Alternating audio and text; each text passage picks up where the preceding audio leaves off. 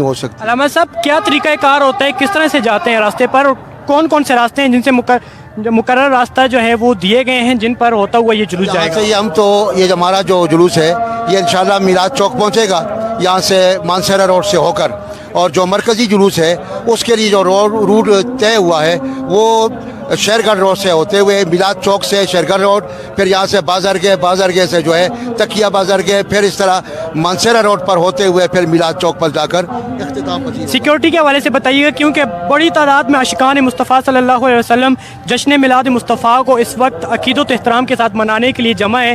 क्या प्लान है सिक्योरिटी के हवाले से? कौन कौन से एहलकार आपके साथ जाएंगे, कितनी सिक्योरिटी होगी और किस तरतीब के साथ जाएंगे?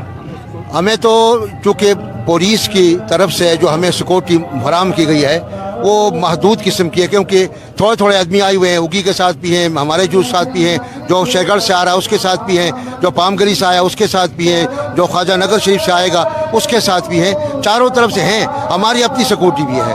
हमने इसलिए कि हमें ज़रूरत थी। कितने रज़ाकार हैं जो इस वक्त आपकी जुलूस